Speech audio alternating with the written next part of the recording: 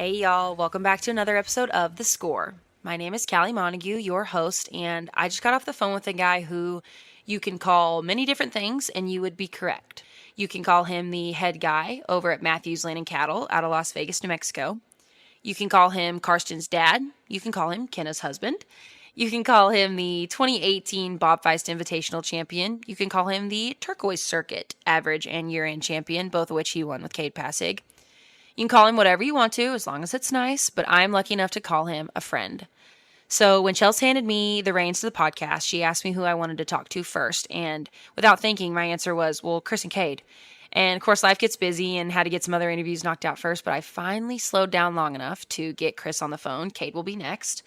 And man, we talked about everything. We talked about putting on ropings. We talked about his first favorite job, which is being a dad, and what it's like to watch Karsten become competitive and step into her own deal with the youth rodeo and just picking up a rope and falling in love with it, just like her mom and dad did. We talked about his second favorite job, which is Kenna's husband, which, hate to live on the difference of his favorites there, but what it's like how exciting it is to watch all girl ropers get a chance at real money, and how exciting and special it is that his wife is at the forefront of that, and how excited he is just to get to watch her do good and get the recognition that he said she deserves and has deserved for years. So we talk about that. We talk about putting on ropings and the producer side of things, the side that a lot of people don't see, and just, man, what life looks like these days. So without further ado, let's get into my conversation with Chris Francis. This episode of The Score is brought to you by Smart Equine and Colic Care, an innovative approach to hindgut health and colic prevention. Designed with research-backed ingredients and a unique support program, when your horse is counting on you, you can count on Colic Care. Learn more at smartequine.com/colicare. Now let's get into the episode.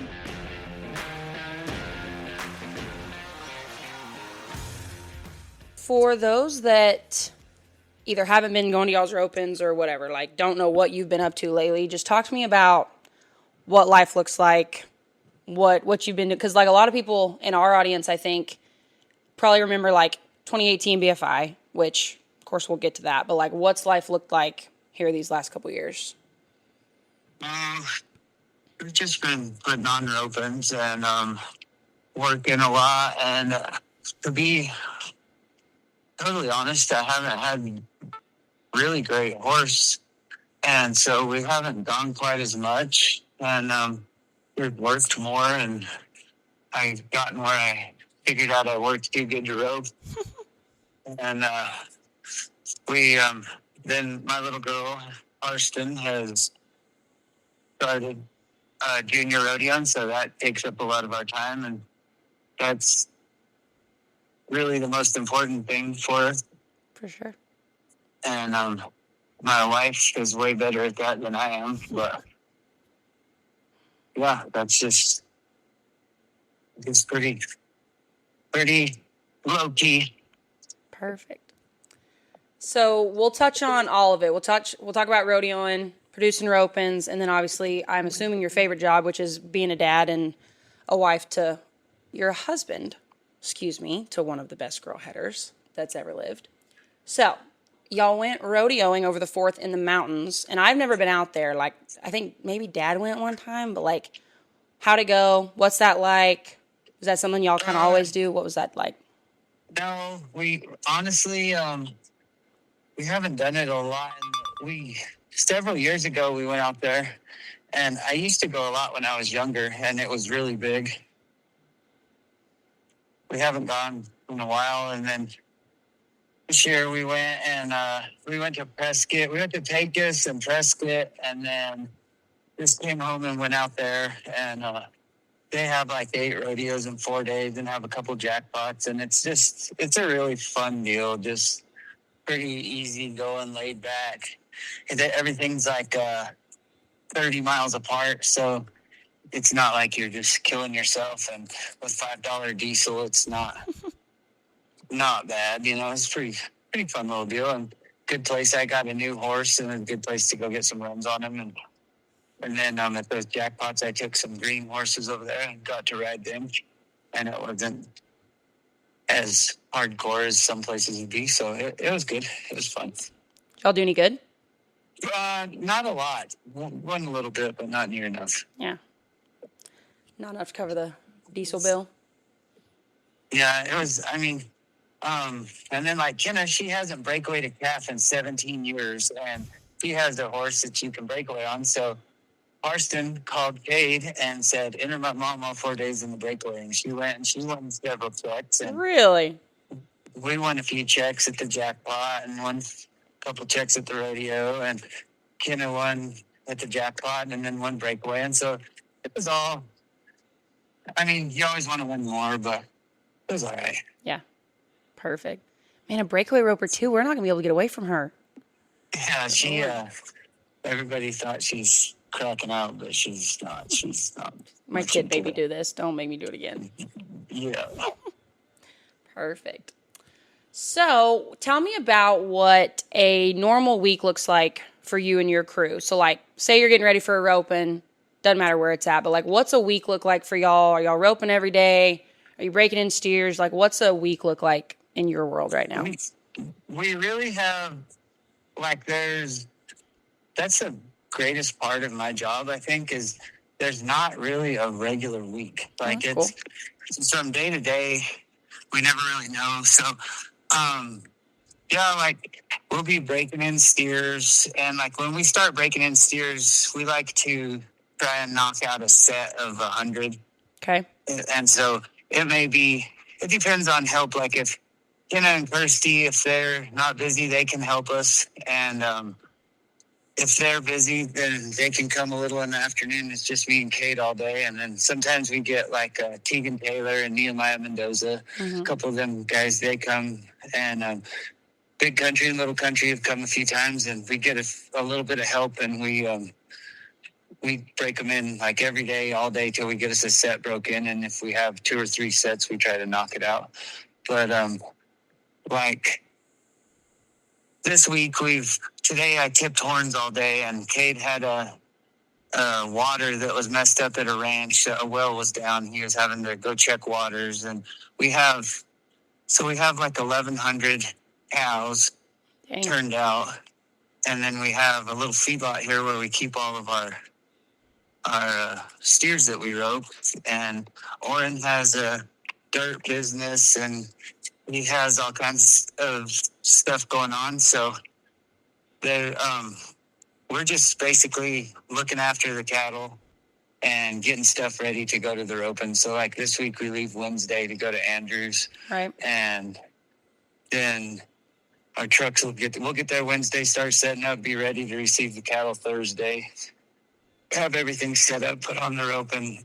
Then Monday morning we will load all the trucks, send them home, come home, and then like next week we have to move a couple hundred cows to a different pasture. Just stuff. So it's always something different, and that's, like I said, one of the best parts of it. You never get bored doing the same old thing, Yeah.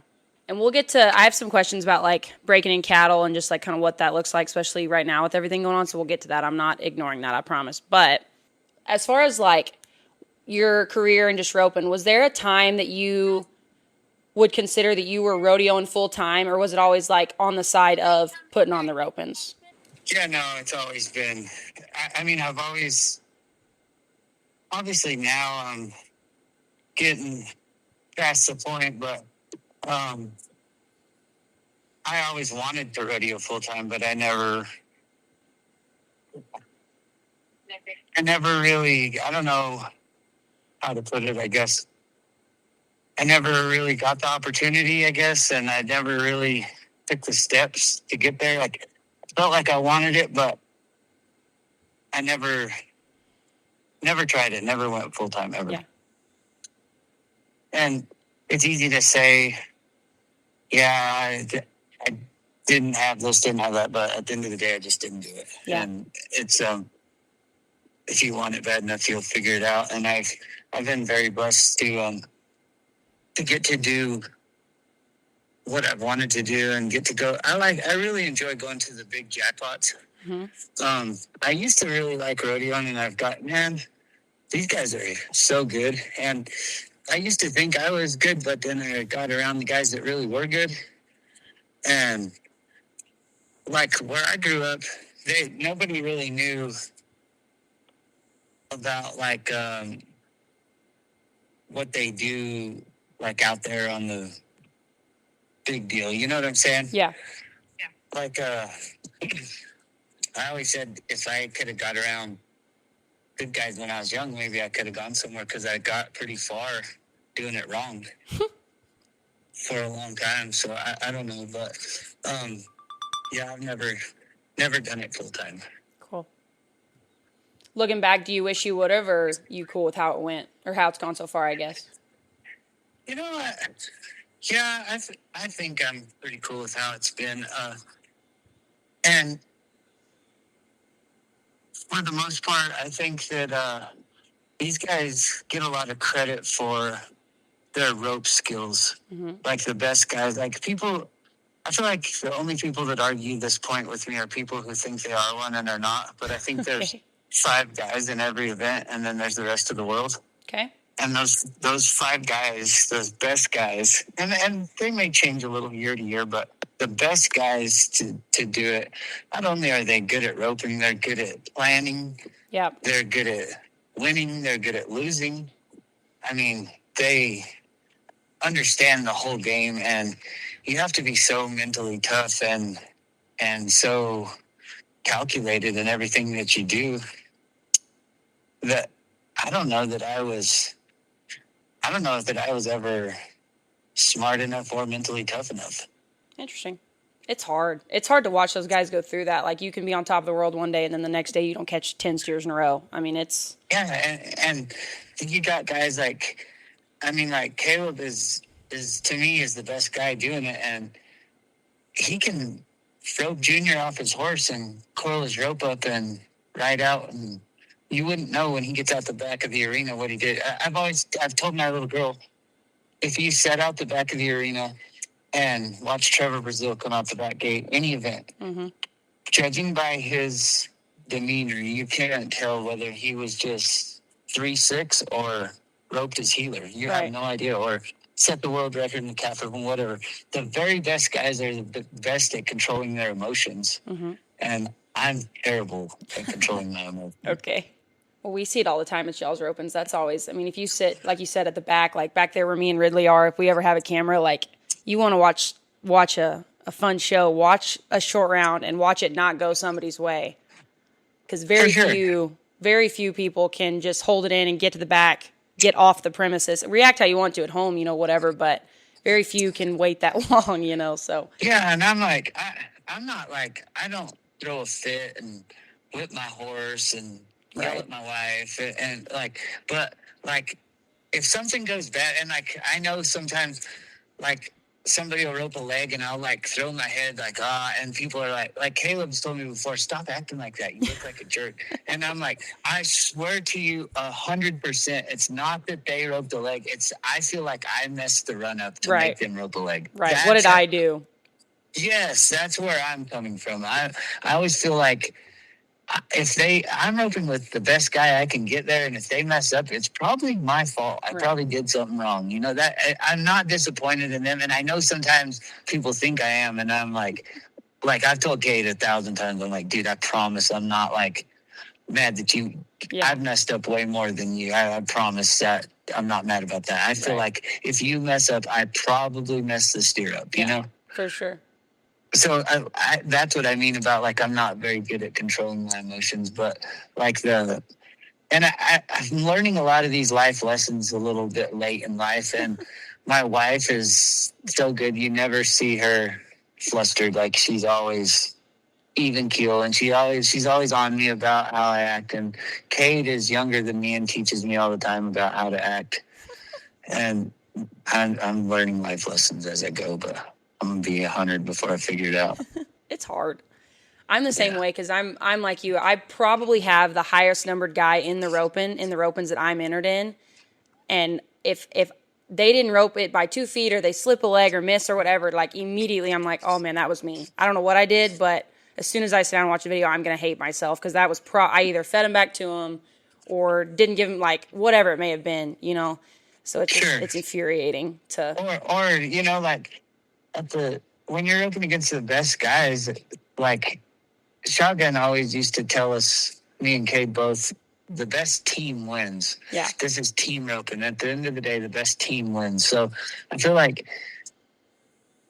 tenths of a second matter, you know, at the big ropings. And so that's what will frustrate me. Sometimes I'll be like, man, if I got a little better start or a little better approach to the steer or whatever, I could have made the run better. And yeah, we caught the steer clean, but we're 7-1 when we need to be 6-2. You know what I mean? Whatever. And then I'm always working on things, and I feel like, especially for the last few years, I never seem to ride the same horse very long, so it's hard to kind of get rolling, you know? Yeah. Okay, so let's talk about you and Cade for a minute. So I did not know this because, you know, in 2018, I was not paying attention to anything on TRJ, so I didn't read the article till, you know, today. But y'all have known each other like pretty much his whole life, right? Absolutely, yeah. Cool. Well, tell me, you don't have to tell me the whole story, but just kind of tell me how that got started, and then we'll move on. When I was a kid, this tells my age, how old I am, but it sounds stupid, but at least where I grew up, people rented VCRs back in the day. Like, I guess everybody didn't have a VCR then, and I don't really know if they were that expensive or what, but whatever. Every now and then we'd rent a VCR, and I would always rent the place where we lived. They had all the roping tapes, like the BFI, the George Strait, the Desert Classic, all these cool open ropings. And so if my mom would let me rent a VCR, I always rented the roping tapes. And I mean, I'd watch them, go outside, rope the dummy, come back in, watch them. Yeah. And about like kids do with Facebook or whatever nowadays. Yeah, YouTube, yeah. And so anyway, I was watching it, and an old tape, and Shotgun was on there. And my dad said, hey, I used to work for his dad. He said, that'd be cool if someday you roped good enough to rope with him, and we got to reunite or whatever. So, yeah, cool. Well, then I'm at the college rodeo at Portales, and Shotgun was picking up broncs. And he come over there and he said, hey, would you like to go to some amateur rodeos? And I was like, yeah. I had no idea who he was. I was sure, whatever. And then he tells me, I'm like, oh, cool. So I moved in with him and his wife and Cade. I think Cade was 2 or 3. And I moved in with them and went to some amateur rodeos and lived with them. And Cade's been like a little brother to me since he was 2 or 3 years old, I guess. Wow, that's awesome. And so what, and we'll get to the BFI obviously, but other than that, what are some just memories of that whole time and up until I mean, I know y'all have plenty if you met him when he was 2 or knew him when he was 2, but what are some memories or some wins that kind of stood out for you and him over these last few years that are pretty special to you? You know, when he was first starting to heal, and get, I don't know, he's probably in high school or something. Mm-hmm. We won maybe the 13 shootout or something at the Southwest Regionals. And that was pretty cool. And then we placed at the U.S. Open one year. We won 3rd. I think it was maybe 2015 or 16. We won 3rd there. And just watching him progress and come up, it's always been cool to me to watch. For instance, the BFI, I didn't care anything about the whatever. I wanted to win it for him. You know what I mean? It's been really cool for me to watch. And then we won the Turquoise Circuit. Yeah. And we won the average and the year end. Well, he was supposed to win the year end going in. He had a really good chance, and I did not. I was pretty far behind. But I was like, man, I got to rope good, so he wins the year end. I wasn't so worried about me winning it. And we just had a really good circuit finals. I want to say we won the first 2 rounds and won second and third round and won the average. And we both ended up winning the year end. And so that was pretty cool. That one kind of stands out to me. Very cool. But yeah, I really enjoyed watching him and just seeing. It's almost like I don't even know really how to explain it, but I've watched him his whole life. Yeah. So I've seen him since he didn't know how to swing a rope till he's a 10 healer. So, I mean, it's pretty cool to watch. For sure. And be a part of, For sure. So then let's talk about the BFI, because that was a big one, I know. Other than the circuit finals, that was a pretty big one. What do you remember about that day? What stands out? Is it winning it for Cade? Was it just kind of how the day all played together? What do you remember about that day? Man, I really that day I don't know why, but seems like some days you just know, like it's a good day and you feel focused and you feel like everything's kind of rocking. And I sat out at the stalls all day. I would run one, and then I'd go out to the stalls, and I'd sit there, and I'd listen to the roping, like over the loudspeaker, but I didn't pay attention. I just listened, and I'd go in 10 or 12 teams, 4 hours up, watch the barrier a little bit, run a steer. Well, I mean, I had a pretty good idea what the pace of the roping was, but I wasn't just breaking it down. I was just roping one steer at a time. Yeah. And I was talking to a guy from South Texas, Luke McClanahan. Mm-hmm. I sat out there and visited with him all day long. And after the roping, he said, "Damn, you won the roping." He said, "I didn't even know you guys were in the average. You just sat out there at the stalls all day." We visited all day. And honest to God, I never, ever got nervous all day until I was riding in on maybe the 4th one or something. Yeah. And Caleb said, "Finish what you started."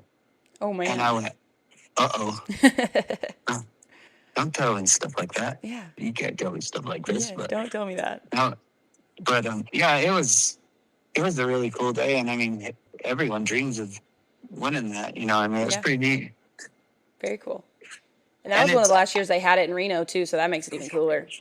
Yes. And it's so crazy how many people keep up with that stuff. Like, oh, yeah. I've always been really big on that. Like, when I won the U.S. finals, that was the first time that I'd won anything big. Mm-hmm. And my phone went crazy, like text. And I stayed up texting everybody back and calling people back. The BFI, like, I want to say I stayed up till 1 a.m. texting people back. Like, it was so cool how many people, and who knows in the moment, it doesn't matter, but a lot of people seem to pull for you, you know what I mean? Yeah. Especially when it's all done, it's easy to say they're pulling for you, whether they were or not, Of course. But Very cool. That was really cool. I thought it was pretty cool. Yeah. Well, you don't realize how many people are, paying attention to your roping until they, call you or text you or, comment something. That happens to me not very often because I don't win very often, but when I do, people will text me and be like, "Man, you rope good today." I'm like, "You were there?" They're like, "Well, no, but your mom posted the videos and we watch it and we always pay attention." I'm like, "I didn't even know y'all, what are you talking?" And so, yeah, it's pretty cool how many people you don't know is watching you. Yeah, and I don't care what level you're at. It's always it's nice to get I don't care who you are. You want your peers to think you're doing good. You know what I mean? Yeah, 100%. And you're not supposed to. I mean, who cares what people think? But I do a little bit. Most people do. Yeah, right. I mean, and it's pretty neat, and it kind of opens some doors, and then I'll tell you, the biggest thing for me, whenever we won that, I'm telling you, I couldn't get that buckle fast enough. I bet not. And I was like, "Give me that buckle." And they said, "Okay, well, we got to take it." And I'm like, "What?" No. And they said, "We got to put your name on it." And this buddy of mine told me, "You should have told him, you seen I was entered. Why didn't you make it with my name on it?" And but I was like, "Man, I can't wait to get that." When I got it, I bet I haven't worn it. It's been forever ago that I won it now, and I bet I haven't worn it 25 times. I don't hardly ever wear it. Yeah. But that day, I think if they'd give it to me that day, I'd have never took it off. Mine. You're not getting it back either. Yeah. How funny. I don't know if you remember this or would have read it or whatever, but Denny said in the article that they wrote after y'all won it that he puts you and Cade in the same category as Byron Wilkerson, whom I am and was a huge fan of. Him and Dad were best friends.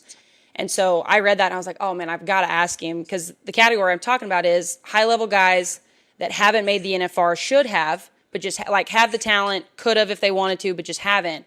What do you have to say about that? Do you agree? Do you think he was full of it? I mean, Byron Wilkerson, he's like my hero. So I read that and I was like, oh man. I thought the world of Byron. Yeah. I mean, he's gone, but I still do. I mean, like I can't even take his number out of my phone, and it's been however many years. You know, I still have his number in my phone. I thought the world of him. So yeah, like I mean, I'm not gonna say, yeah, you could. I don't know if I'm in the same company as Byron. Yeah, Cade is, and I don't think it's over for Cade. Like for me, I don't know. I'd love to say, oh yeah, I can make it, but at the end of the day, I'm starting to get. I never thought I would, but I'm getting to where there's other things in life to me. Like Karsten's more important to me. Ken is more important to me. Right. And rodeo is selfish. It's hard on a family. It's so selfish, and these guys are so good, and they're so. A lot of them are. That's like goes back to what I was saying earlier. I'm not getting off topic, but and what I was saying earlier. Not only are they good at winning, losing, planning, budgeting, and plus keeping a family together. A lot of them. I mean, there's a lot goes into it, and I would love to see Cade get the chance to go and with somebody good. And I've told him for 10 years. I'm like, hey, I'll be sad if you cut me for somebody worse than you, but if you get somebody better than me, I will sell my horse and my saddle to help you go. Like go. I will never. I don't ever want to hold him back, because like I would do anything. I'd take a bullet for Cade, you know, like he's my little brother and he's family to me, and I would do anything for him. So I'd love to see it. And I think that it's just God's plan, you know? Oh, yeah. I think just kind of whatever is supposed to happen happens. And I don't know. Like Byron went a lot, and I don't know if he just never.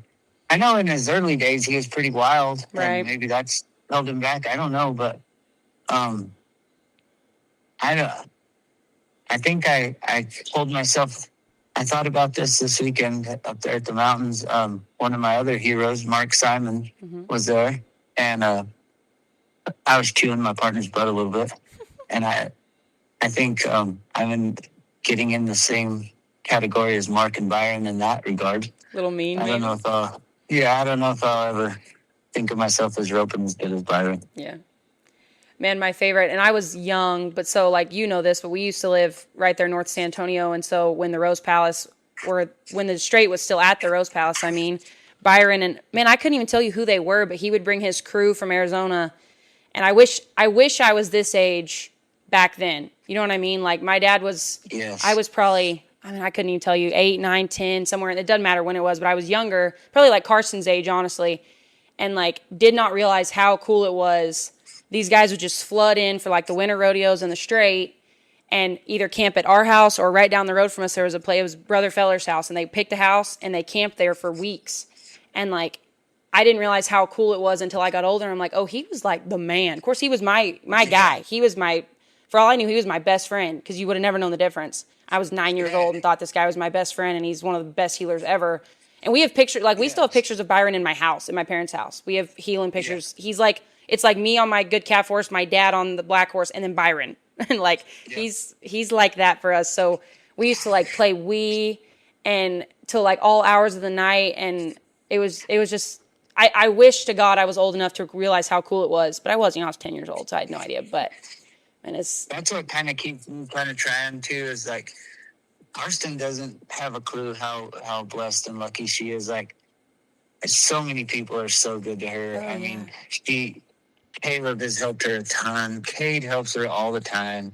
Jackie helps her. Shad's helped her. I mean, like, she's around these people that, I mean, so I graduated high school in Gallup, New Mexico, and that's a really, like, they're really like a rodeo fan community, kind of, I guess is what you'd say. Okay. But you don't really like Eric and Derek and Aaron and Danielle and all them, they're huge there. But like when I was a kid, like Derek's dad, Victor, his uncle Dennis, there was Everett City, there was some guys that roped really good, but there wasn't like NFR guys.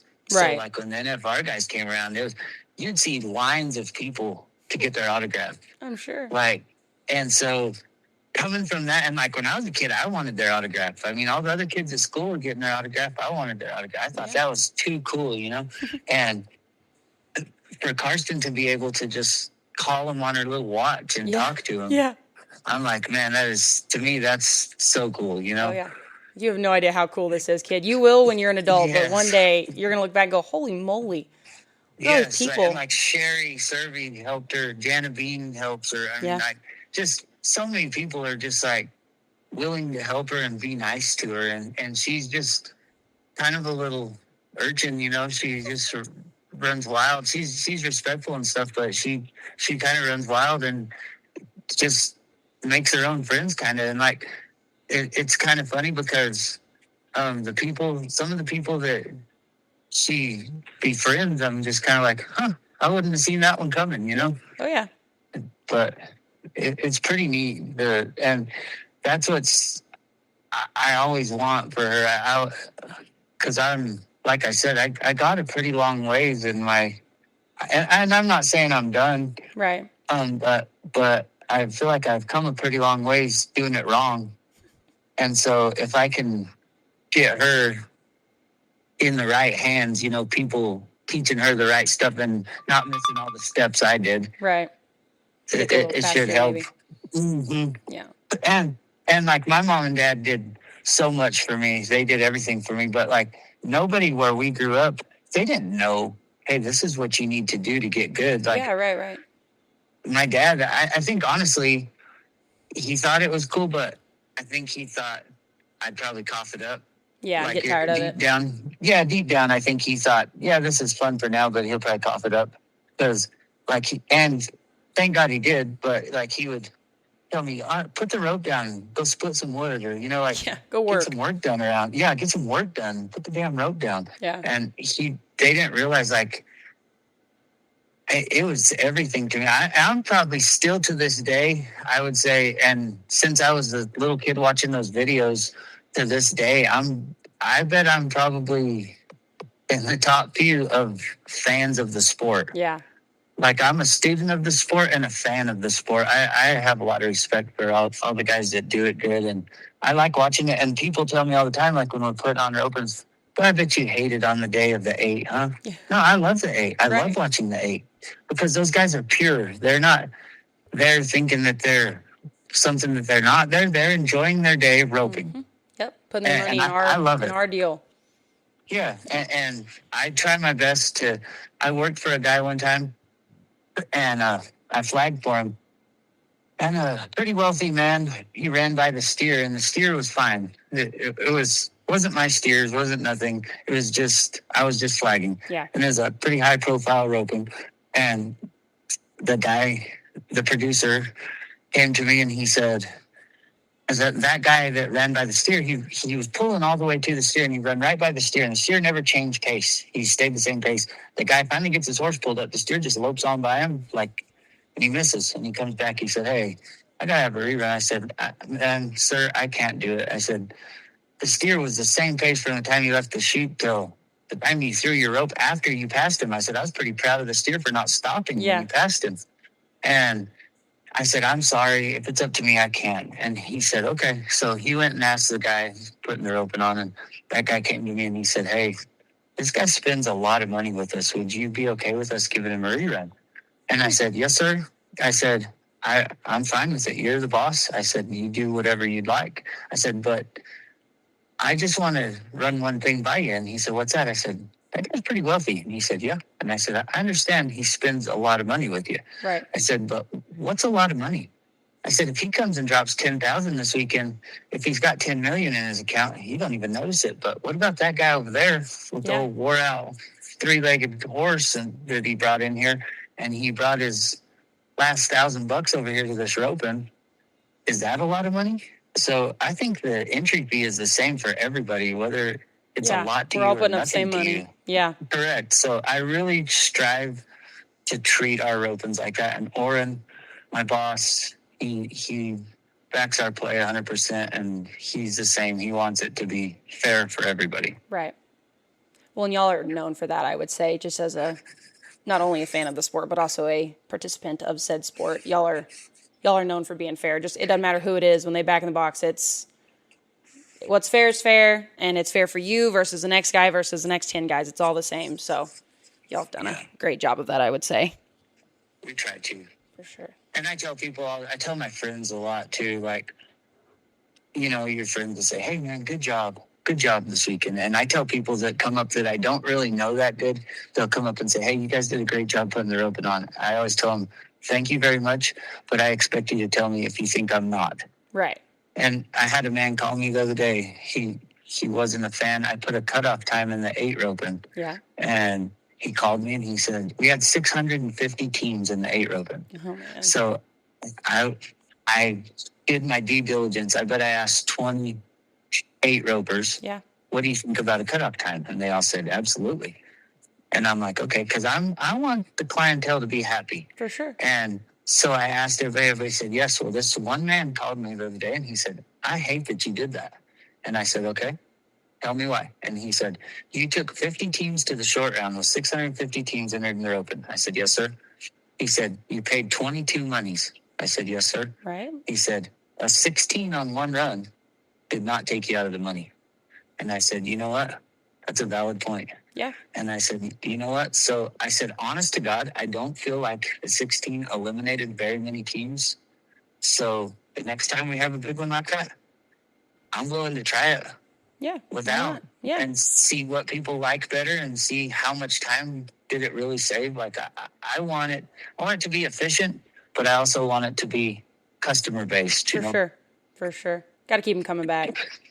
For sure. Yeah, absolutely. Well, so tell me, because I don't know the story, so tell me how you got started with Mathews Land and Cattle. When did you meet Kenna and then you started doing that? Or was it the other way around? How did that, tell me that story. How did that even happen? Oren Mathews owns Mathews Land and Cattle. He lives here in Las Vegas. Well, I had gone to college. I come home. My mom and dad, I lived in Gallup. My dad was a state policeman. Okay. And I was kind of a hoodlum idiot. And I come back here for a while, and Oren had just started roping at that time. And I knew him when I was a little kid because we lived in Las Vegas when I was in the 5th grade maybe. And I knew Oren. My mom and dad and Oren were friends. Well, Oren had started roping, so I was working for a guy building roof trusses and countertops. And I would come over here and practice with Oren. And he used to tell me all the time, he bought some steers. He was helping another guy do some ropings, and that guy kind of put the chingus to him. So he started his own deal. Mm-hmm. And he used to tell me, one of these days you're going to grow up and pull your head out of your ass and you're going to run this deal for me. And we just laugh, And so ended up quitting that other deal. I worked there for quite a while, and then it kind of got a little weird. And so I quit, and I didn't have anything to do. And Oren had some cattle that they had turned out up on a mountain, and they had gathered a bunch of them. Well, they had missed some. So they needed help getting them. So I went and got those cattle for him. And he said, I got a roping next week. He said, why don't you come and work for me a bit? I went to the roping, it was a truck roping, and his flagger rode out in the arena with a ball cap on. Okay. And it's the first roping I've worked for him. Okay. And I said, what are you doing? He said, I'm fixing a flag. I said, in a ball cap? And he said, well, I didn't bring a hat. I said, well, go to town and buy a hat. I said, give me your horse and your flag. And I got on and started flagging. And then Oren goes, did you fire a flagger? I said, no, I just told him to get a hat. I said, we have to lead by example, man. Yeah. And he said, okay.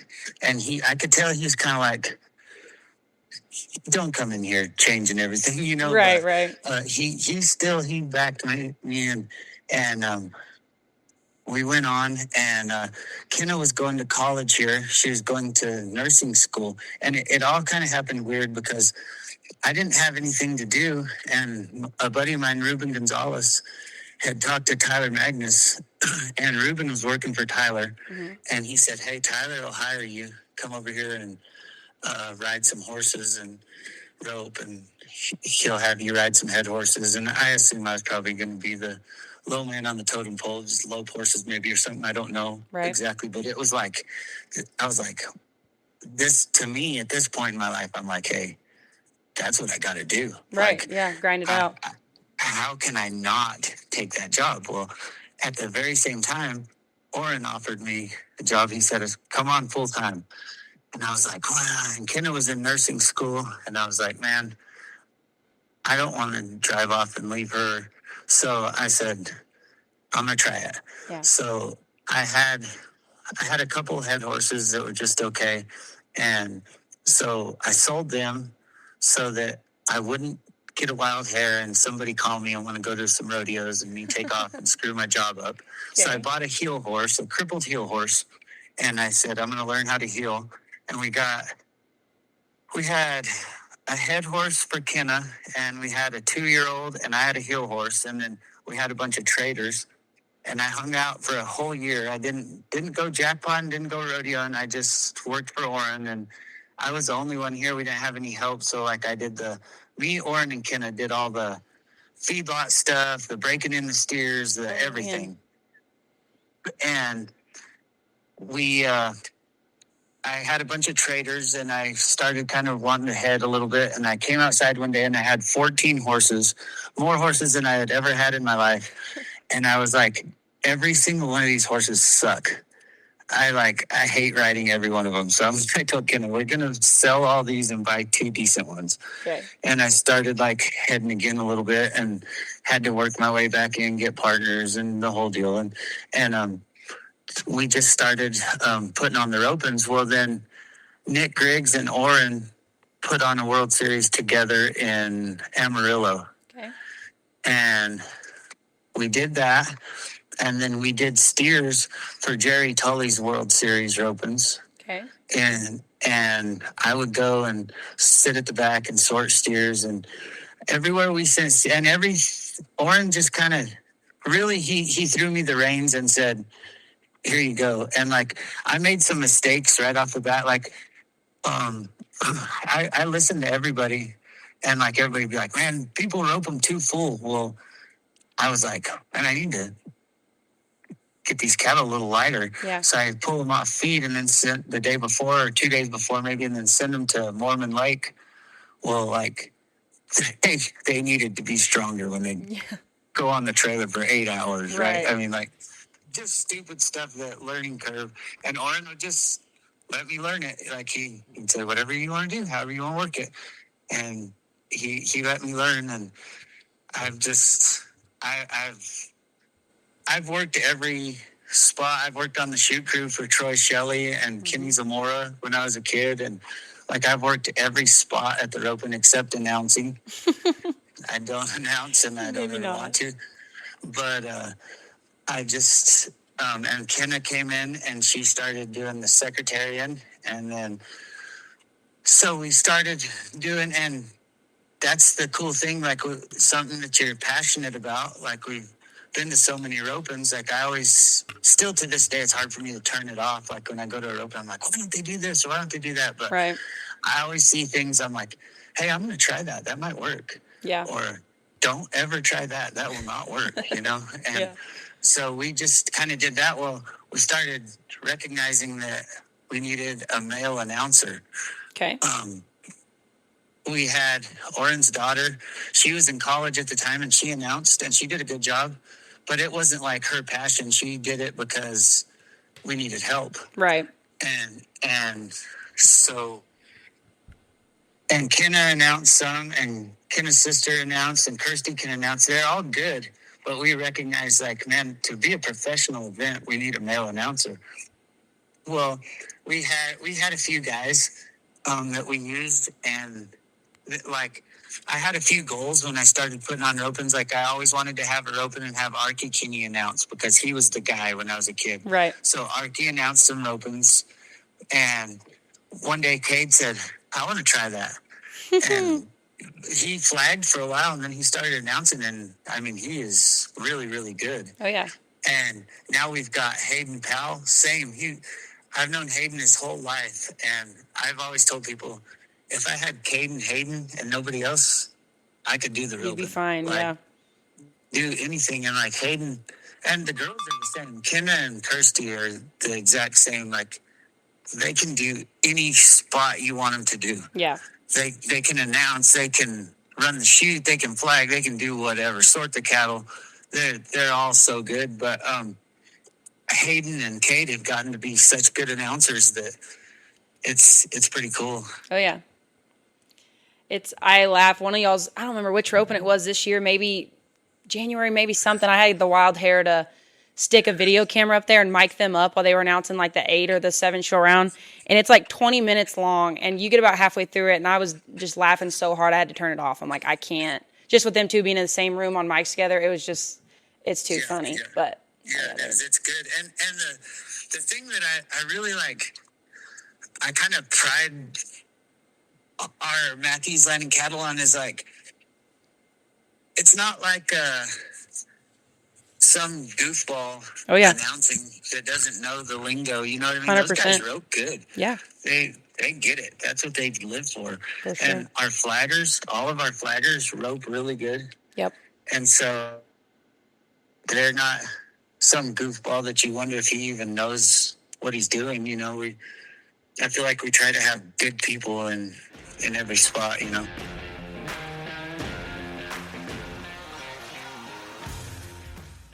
Colic is one of the leading causes of emergency vet visits, and it's something every horse owner worries about. That's why Smart Equine developed Colic Care, a comprehensive approach to hindgut health with research-backed supplements and preventative veterinary care. Colic Care combines targeted digestive support with a program designed to help you stay ahead of potential issues, not just react to them. It's built on research, formulated to support a healthy gut environment, and backed by a unique benefit. Eligible horses enrolled in the program may receive up to $15,000 in colic surgery reimbursement. Whether you're hauling, training hard, or just managing day-to-day stressors, your horse's digestive system is constantly under pressure. Colic Care is designed to help you manage those risks with confidence. Visit smartequine.com to learn more about how Colic Care can support your horse's long-term health. Now let's get back into the episode.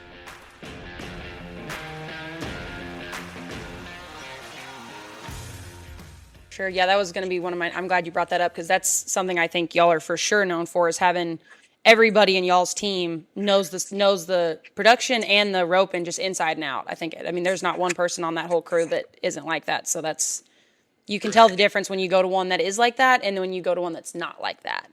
For sure. For sure. You said they did an article on y'all, like it might have been right after the BFI win, maybe it was separately, but it was about MLC.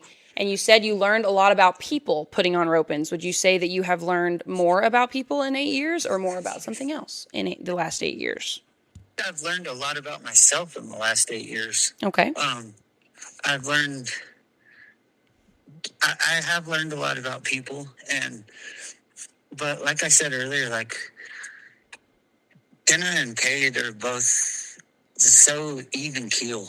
Mm-hmm. Like, and I'm pretty quick to get frustrated or get mad, and they've kind of taught me, and I've just kind of learned a lot about myself and about how, like, just it's easy to diffuse a situation usually if you'll just slow down, think through it, and get to the bottom of it. You can keep everybody happy. You don't have to have my worst fear. I don't like having confrontation and stuff like that at the ropings. Like that's just it's hard. It's bad juju for everybody, you know? Yeah. And so if we can, you're not going to please everybody all the time. I get that. Right. But if you can do your best to let them know you appreciate their business, but you're also not a pushover, you know, just we're going to do our best for you, but you treat us with respect and we're going to treat you with respect, you know? Yep. What is something that people don't realize, like as a roper, that you don't think they realize about the production side of it that you wish they would realize? Man, I don't know. I think people don't realize how expensive everything is. Okay. That's probably one thing that I wish. But that being said, we chose this. It's just like when a some of those rodeo guys will tell you, man, it's hard life being out here. Yeah. Hey, man, get a job at McDonald's. Yeah. It's easy. Go work in an office if that's what you want to do. Yeah. Yeah, exactly. Like, we chose this, so I get it. And just like some producers, they're like, doesn't it piss you off when the roper stays dallied to the steer all the way to the catch pen? And I've told people 1,000 times, do I love it? No. Does it make me mad? No. Because that's what that steer's job is. Right. I can buy more steers. I can't buy more customers when I chew that guy's butt and make him mad. Yeah. So, but I went to a roping this weekend and up there, and it was just a little slide roping, and they did a great job. They tried hard. They had the arena watered, like did everything good. Mm-hmm. And every time that I get my rope off, I told them thank you. Right. And Kenna came over there and she said, that guy at the stripping chute just told me that me and you are the only two people that say thank you. Oh, man. And I was like, really? And then the kid at the back later, he said, sir. And I said, yeah. I said, thank you for saying thank you. And I said, yeah, you bet. And I never realized that. But the other day at Hamilton, one of my guys got hurt on the stripping chute. He had to go to town and get stitches. So I ran the stripping chute for 3 rotations. I took ropes off. Yeah, we talked about this the other day. Yeah. Yeah. 3 people told me thank you. And you don't have to say thank you. It doesn't matter. That's my job. Whatever. Right. But, I mean, just be decent. It's easy to, yeah, correct. Right. Just be nice. Just because they're getting paid to be there doesn't mean you have to make it miserable for them. Correct. And believe me, I'm not always good. Like, sometimes Kenna has to be like, hey, pull it together. You know what I mean? But yeah. I still think at the end of the day, no matter how good or bad things go, I always say thank you every time. I always have my whole life.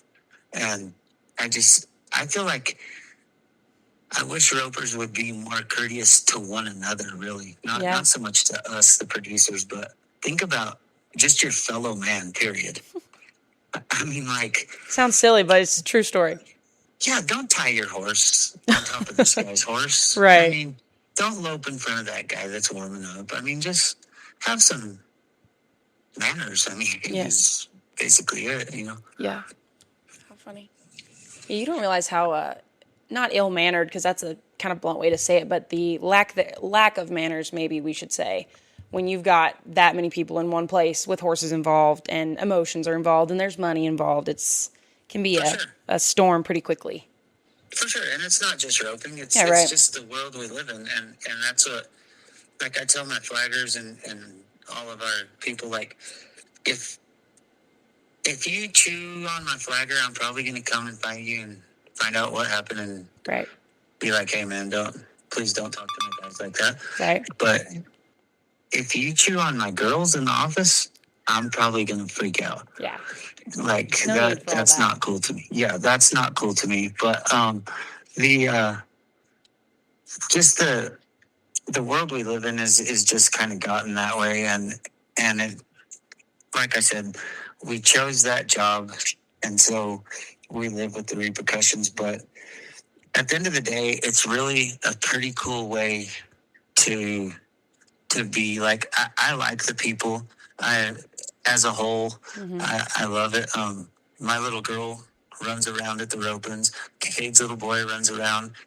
Cade's mother-in-law goes and watches Hardy, and they chases can just Hardy. have a ball. Yeah, they can just have a ball, and you're not really worried about, are they okay? Is what's going on? She'll come over there with something. I'll be like, where'd you get that? Oh, that vendor over there. I'm like, did you pay him? Well, I don't have any money. How am I going to pay him? I'm like, okay, I'll go pay him. Or somebody will buy her something to eat or something. I mean, just people, about the time you lose faith in humanity, someone will show you that there's still good people, you know? Yeah. And I think our sport probably has more good people than most. I bet so. Be a pretty safe bet. Well, that's just coming from a girl that grew up, not in the same way that Karsten did, but similar, just going to those types of opens and the rodeos and stuff. Like, you take that for granted, I think, till you get in the real world and you're like, oh man, people really aren't that nice out here. Like, I want to go back to my team roping. Like, I want to just go hang out at the jackpot with Dad. Like, these people are mean. Well, you know, a kid asked me the other day, a college kid, and he's really good. He made the college finals, maybe won the region. Cool. And he asked me the other day, he said, they say like the older guys were not as nice. And I said, I hadn't really thought about that, but 100% that's accurate. Right. I said like the older generation he said, they say that like back in the day, you didn't just walk up and talk to the world champs. And I was like, I don't really know, but I feel like, when I was starting out, those guys were kind of hard asses, and like these guys now, it's a totally different deal. I mean, those guys were good and these guys are good, but these guys treat it as a business. And, and it's I think that they all too maybe realize, what goes around comes around. And they're, as a whole, they're all pretty nice, and same with a lot, like I tell Connie and Denny sometimes, I'm like, man, we got to keep in mind some of these ropers I feel like probably could buy this deal, Yeah, for sure. There's some wealthy people playing this game. Yeah. And so they understand, it's in their line of work. And that's the thing I try to keep in mind.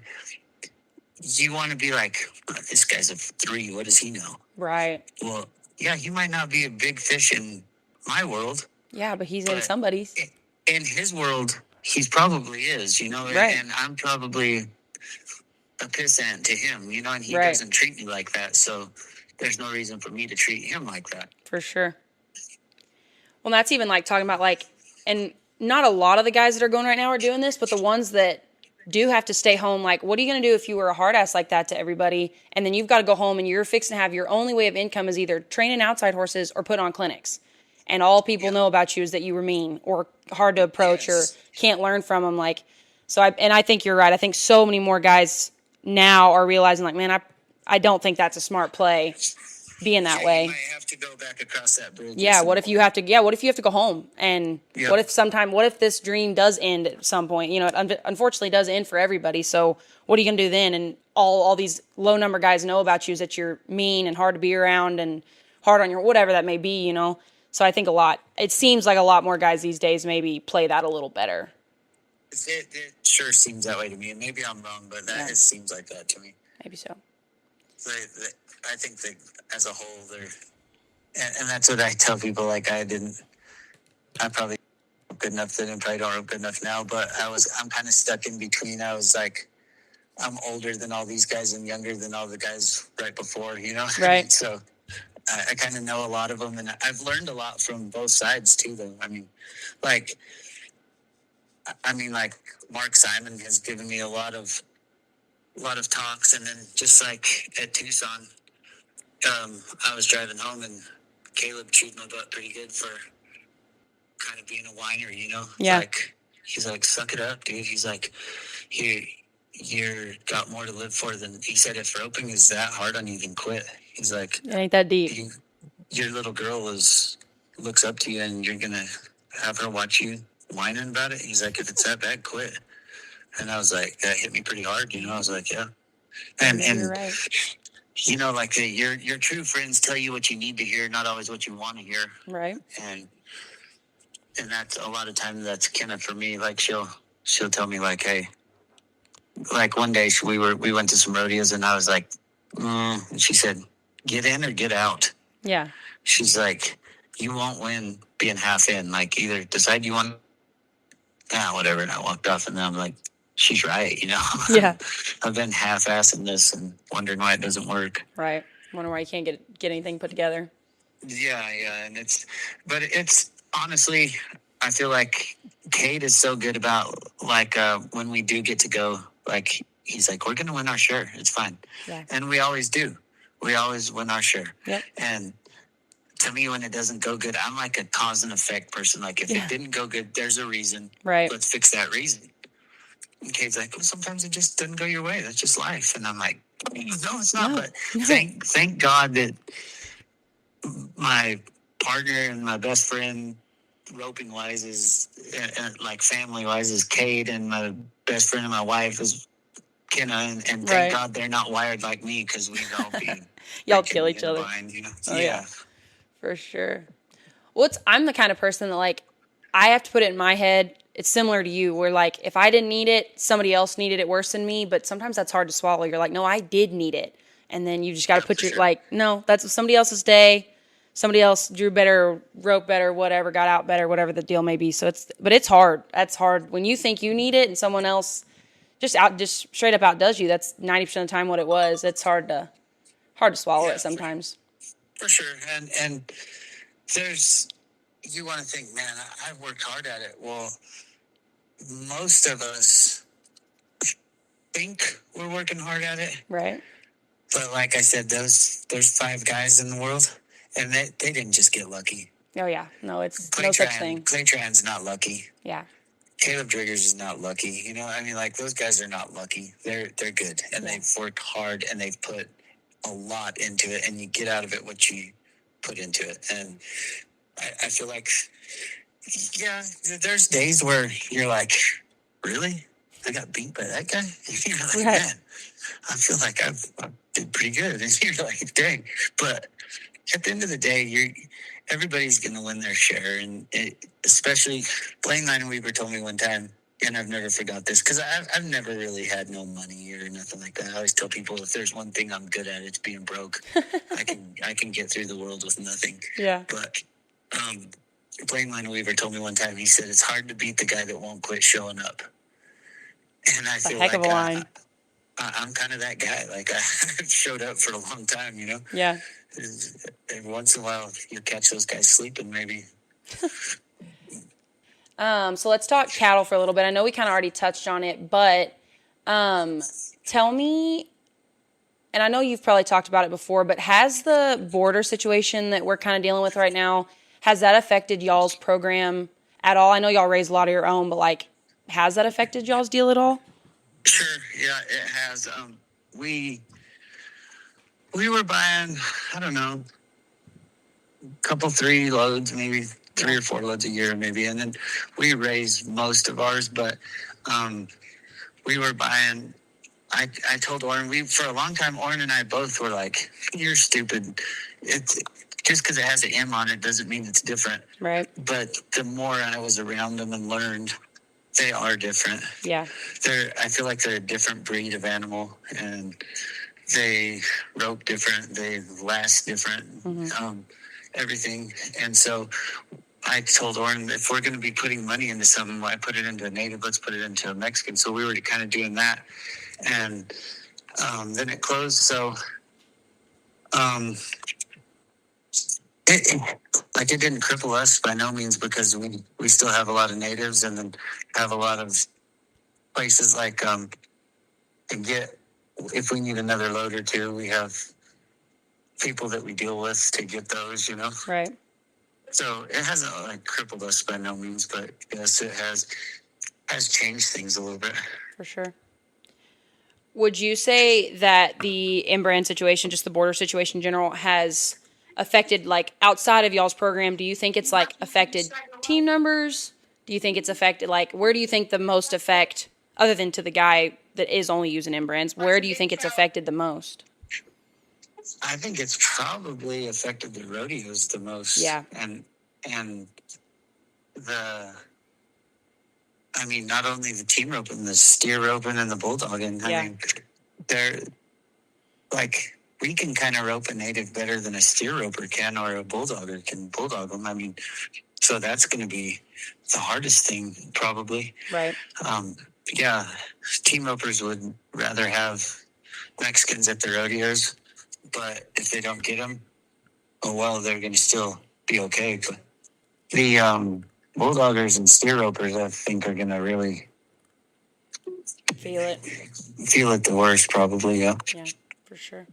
Do you think guys have gotten more picky about cattle or less picky about cattle in your years of being with Mathews, do you think? I think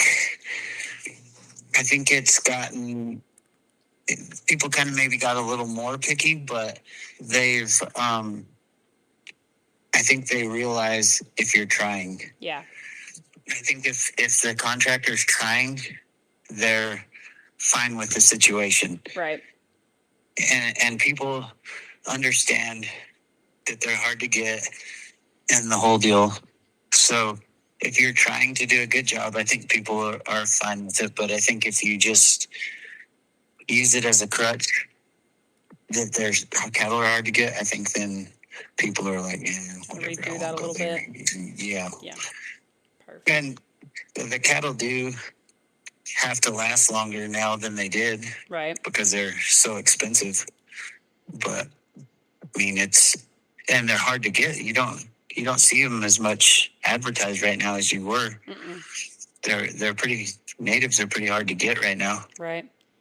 Well, it's like when the border first shut down, everybody that saw it, like knew it was coming or read the situation, sold what they had just to take advantage of people needing them. And then like after that, you haven't seen just a whole lot here in these last few months for sure.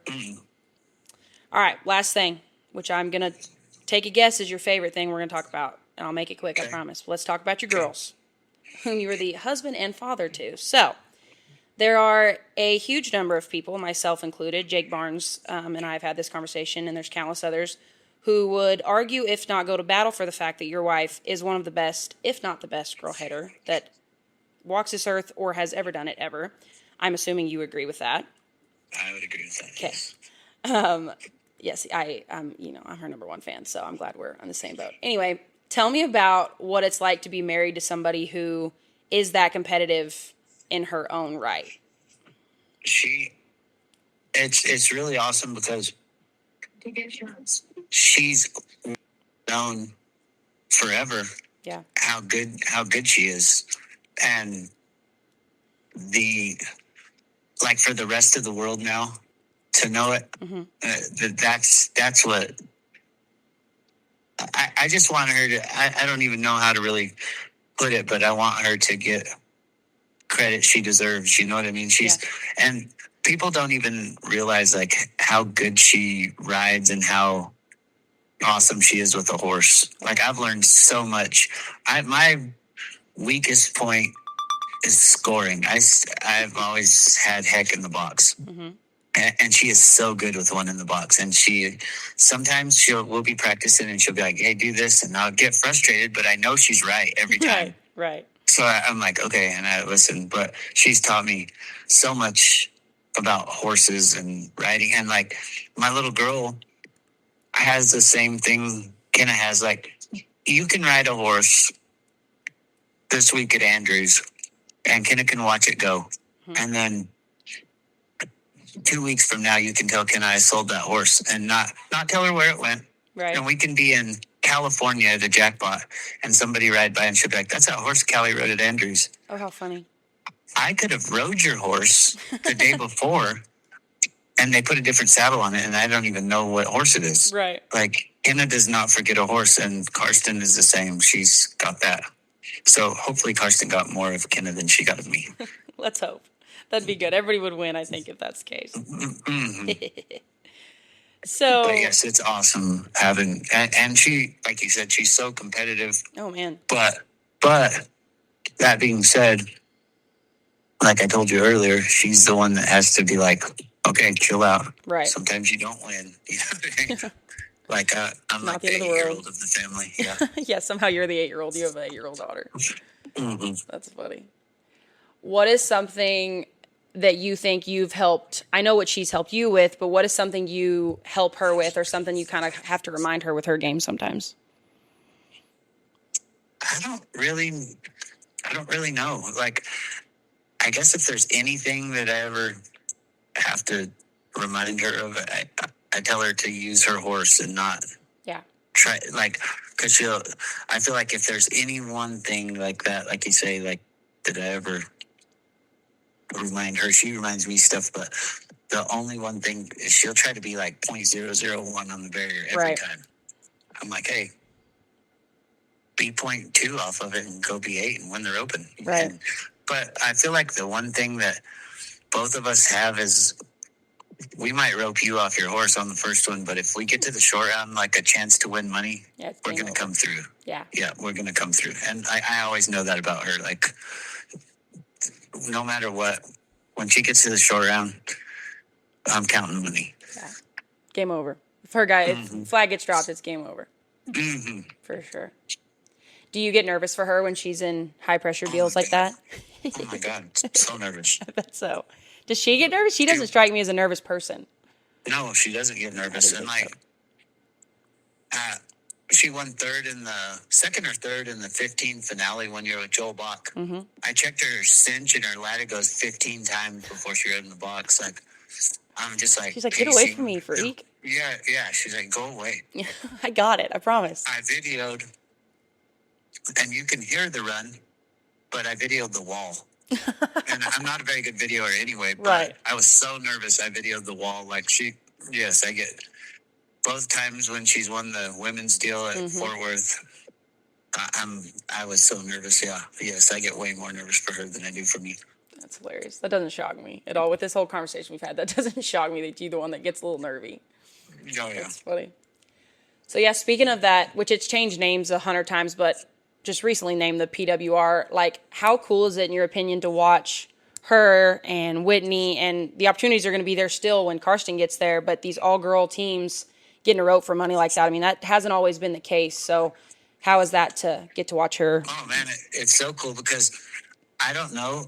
Kenna's never really just told me this, but I would assume that she's kind of maybe looked up to Beverly a little bit. Like I always have. How can you not? I always thought, yeah, she was awesome. Right. And so, like, Kenna, Whitney, Beverly, Jessie, Jackie, all of them. Yeah. There's so many of those girls that are so good, and for them to get recognized and get to rope for that kind of money, I mean, that's cool because, I mean, yeah, they can go rope at the World Series and whatever, but to go and just rope against the other girls and showcase it, I think that's pretty darn cool. And it's growing, really. Like, there's a lot more all girls that are worth going to for sure than there used to be. For sure.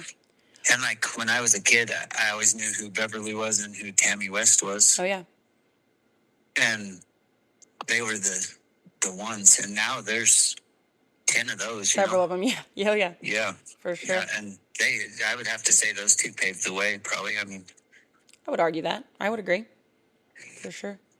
Well, it's even cool because, like, I mean, most, and not dogging on any production ever, but like, you've got your couple big, before the PWR stuff, you had your big all girls that they paid like a good roping, like not a whole lot of added money, might have gotten a buckle, maybe even a saddle, but like the fact that, I mean, you hate to be this way, but money does matter. I mean, that 100% does. When it's all said and done, it does matter. So the fact that, yeah, they're giving them a chance at real money that they can win and sure. have fun like that. So yeah, it's good watching for sure. Yeah, and it's cool. Like, I mean, I watch it all on we were here and we watched it all. Karsten had a junior rodeo, and right.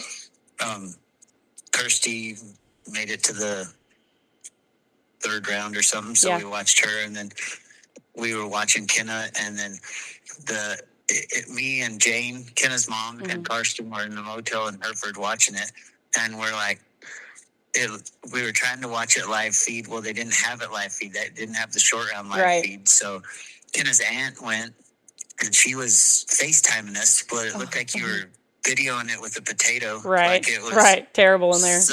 Terrible. And so Kenna nods and goes, and we're like, did you get out? And then we're like, oh, and it freezes. Oh, of course it does. Oh, crap. And then she faces, and then they're like talking that she won it. We're like, oh, sweet. But yeah, you want to talk about nerves then when you can't, not there, you know? Yeah. Very cool. But yeah, it's way cool to watch them all and to see it. And they're all help each other. And I mean, it's really neat. And then, you know, like I've had like Caleb told me how good Kenna is. Clay Tryon, who I say is one of the best ever.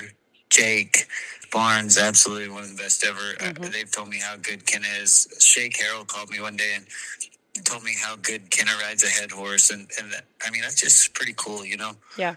That they recognize how good she really is, because she is that good. For sure. Well, I even went to, I guess it was 2 years ago now, I went to a clinic of Jake's, and we were, you know, I was being stupid. I wasn't rope very good. And he was like, man, if you could just figure out how to rope like Kenna, you'd be all right. I'm like, dude, I know. I have known that my whole life. You're not telling me anything I don't already know, I promise. I am trying.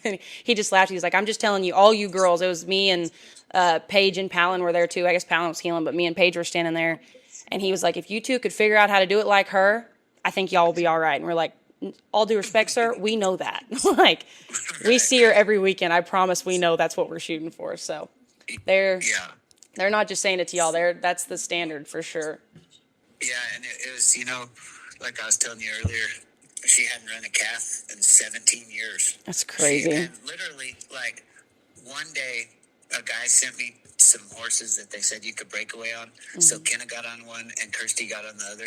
And we had some calves, and they roped like 2 apiece, and they were like, nah. We're good. Both went back into retirement, yeah. So she hasn't even practiced. Well, the other day she ran about 7 or 8 calves, and Karsten's just been like, yeah. So Karsten had Cade in her at those rodeos, and the very first calf she run, she won money. Of course. And 1 second at the rodeo.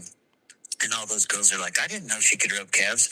And like, the girls that really rope good, they're like, come on. Really? Come on. Yeah, it's a rope and a target, man. Those kind of girls don't matter. Yeah.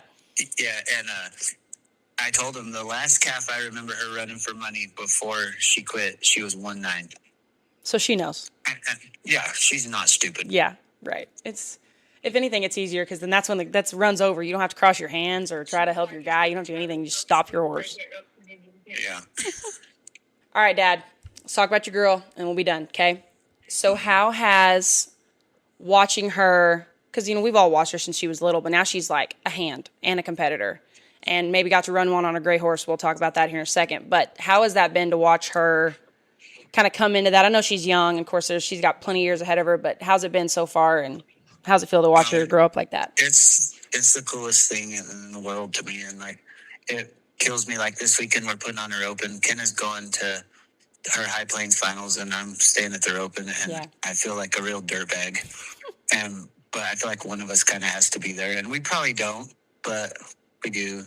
Just got to take care of business. But our team is so good, they'd probably be fine. But it's the best thing ever. But it's a learning curve for me because I'm loud, and I don't mean to be loud, but like when she's roping, she'll be like, well, don't yell. And I'm like, I'm not yelling. I'm talking loud enough you can hear me. Yeah. And she's like, then I'll tell her, so she's saying, I can't hear you. What are you saying? But no, it's so fun. And just to watch her. And like I said, she got more of her mom because she's so handy. One day she was on her, I'm sure everybody remembers, she used to ride that little lap pony. Mm-hmm. She rode it in the top of the grandstands at Red Lodge, Montana. She's rode it in the living quarters of the trailer, the office of the went everywhere. Yes. Well, she, one day JoJo was working some cutting horses and his kids were turning back. And she said, I'm going to go help JoJo. And I said, okay. And I looked in there and I thought, well, he'll holler at her if she gets in the wrong place. And he called me. He's like, dude, she's in the right place every time. Yeah, she's paying attention. That's yeah, and she's handy. I mean, she's not because she's mine. It has to be because she came from Kenna, because she is handy. And like the other day, she's riding a barrel horse and smoking a run and is coming home, and this barrel horse just counterfeits on her and is running full blast and ducks to the second barrel and turns the second barrel at a dead run. I promise you, I'd have gone through the bucket shoes.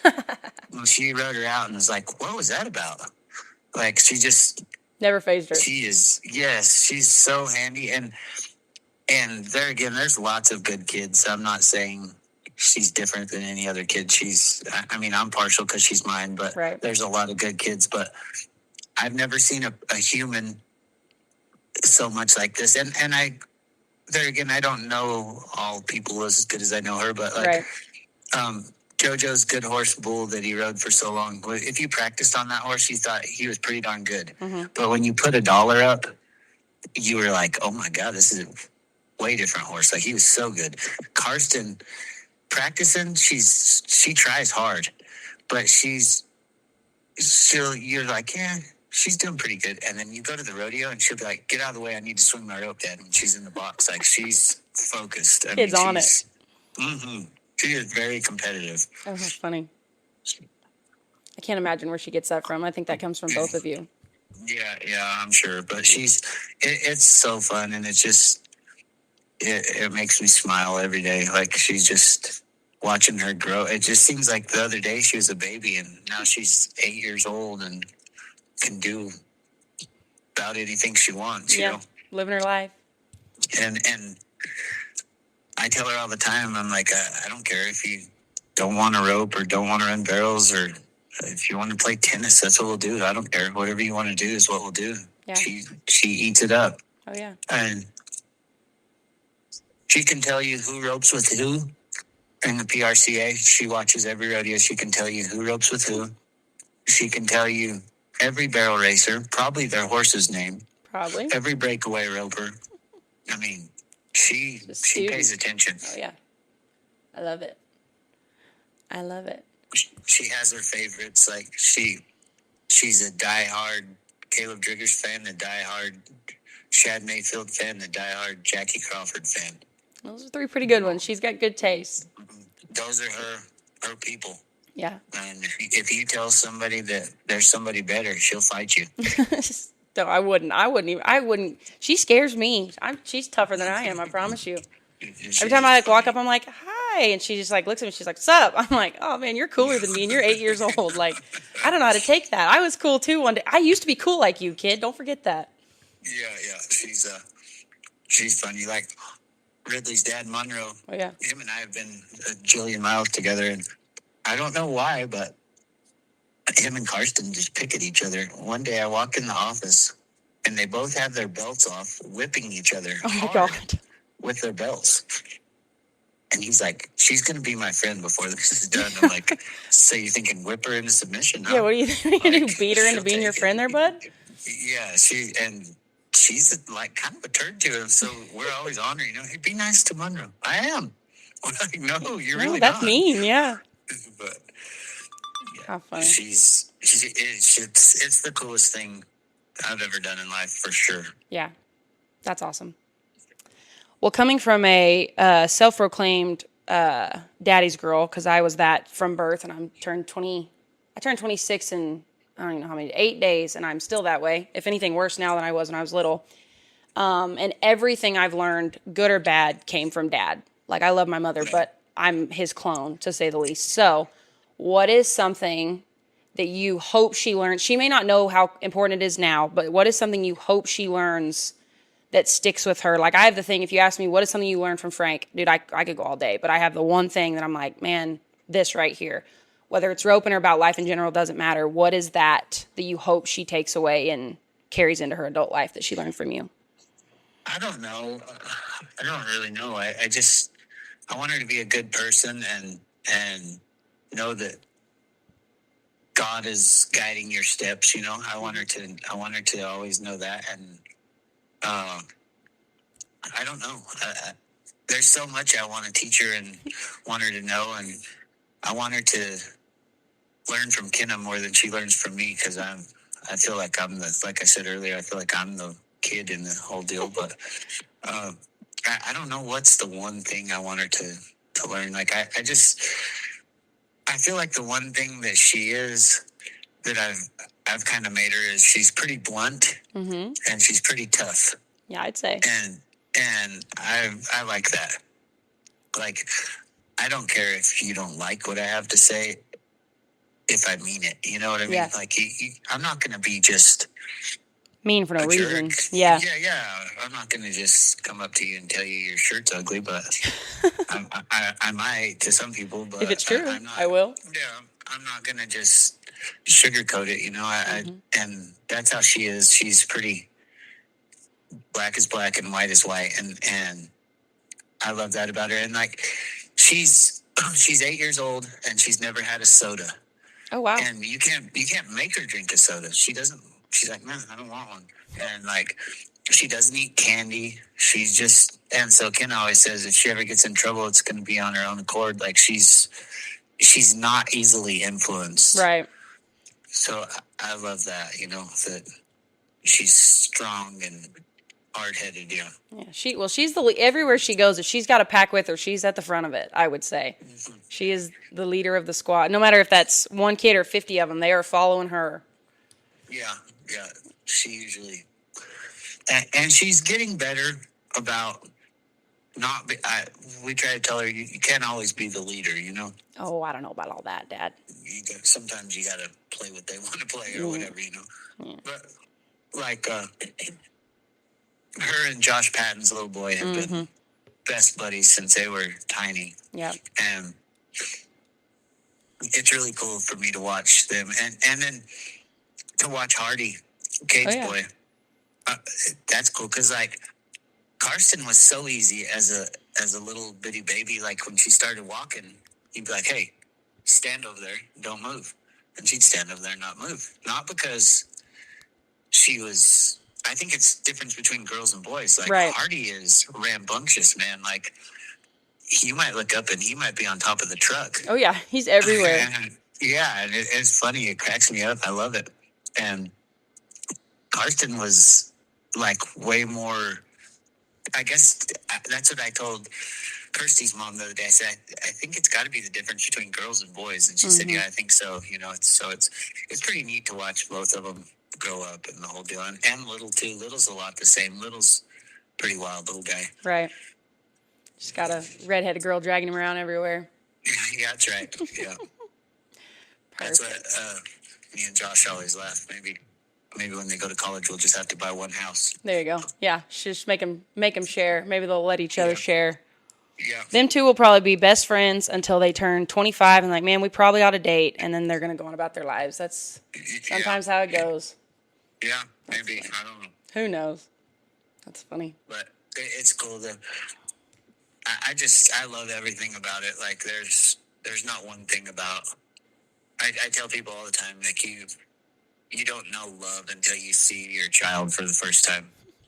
And then, like, when you have a bad day, whether it be at work or in the arena or just whatever, you think you have a bad day, and then you see them, it's a good day. Oh, yeah. It's a great day. Yeah. Look at you being nice. Look at you. Don't put that on the podcast. Yo, whatever.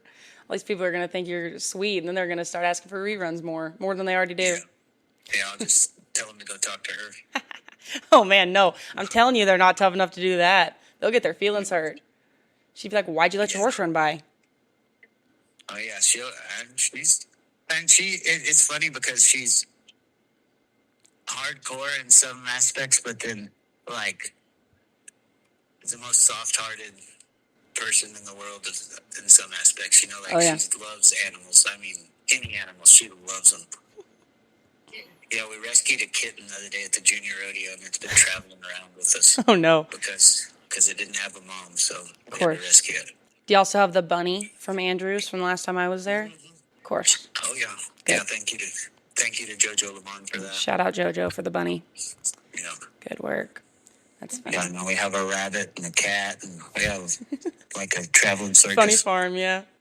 Well, unfortunately, my dad does the same thing all the time. He's like, I know you think you're tough. Like, I'll call him about, you name it, work stuff, or I'm mad about a guy or whatever, and I'll be screaming and ranting, and he'll get to the end and he'll go, okay, now what'd you really say? Because I know you didn't say that. And I'm like, okay, well, okay. I said I'm sorry, and I said it was my fault, and I went on about my day. And he's like, yeah, that's what I thought. He's like, I know you think you're tough, but like, I'm telling you, I know you didn't say anything. You act all big like that, and there's no way. He goes, I know better. I'm like, man, you're right. Yeah. I didn't say any of that, but that's what it's good. It's pretty fun to watch, and like Kenneth's so good at like just being cool, and I'm like, come on, like. Hurry up, let's go. Yeah. She's just like, whatever. Yeah. And then she'll do it sometimes. Like tonight, she was trying a horse, and she's like, oh, get a tie down. Let's have this tie down on this horse. Like, Kenneth says, that's you. Yeah, she's acting like her dad. Yeah. Come get your kid. Yeah. Or go get your kid a tie down. That's funny.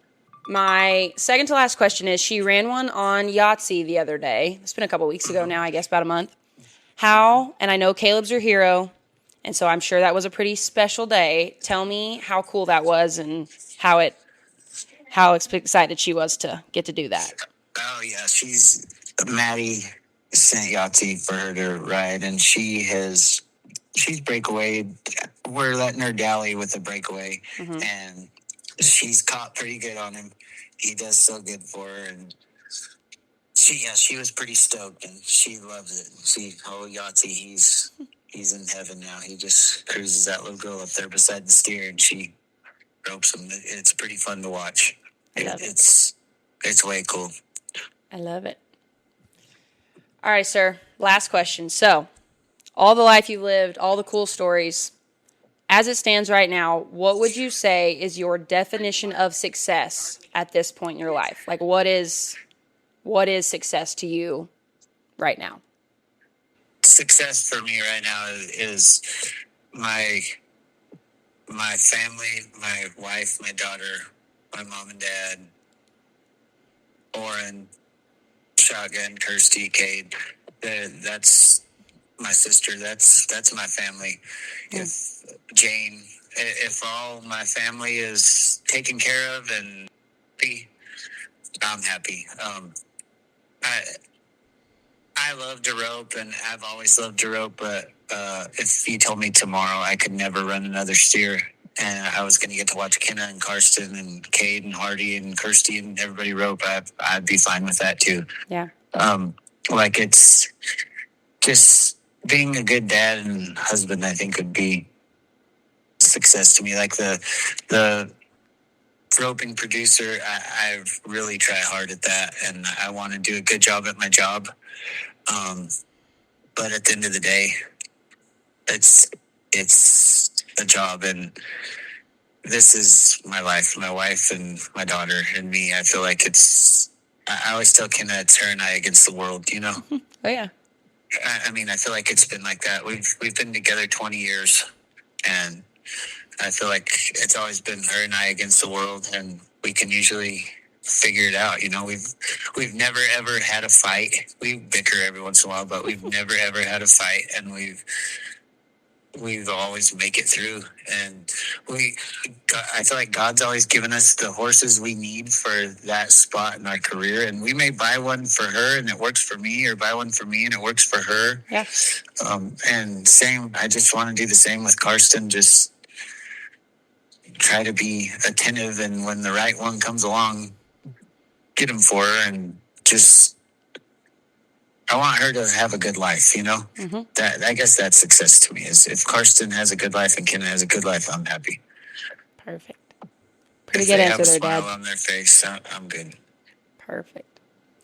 Pretty good answer there, sir. Well, I've taken up an hour and a half of your evening, but I sure appreciate getting to talk to you. That was fun. Yes, ma'am. Yeah.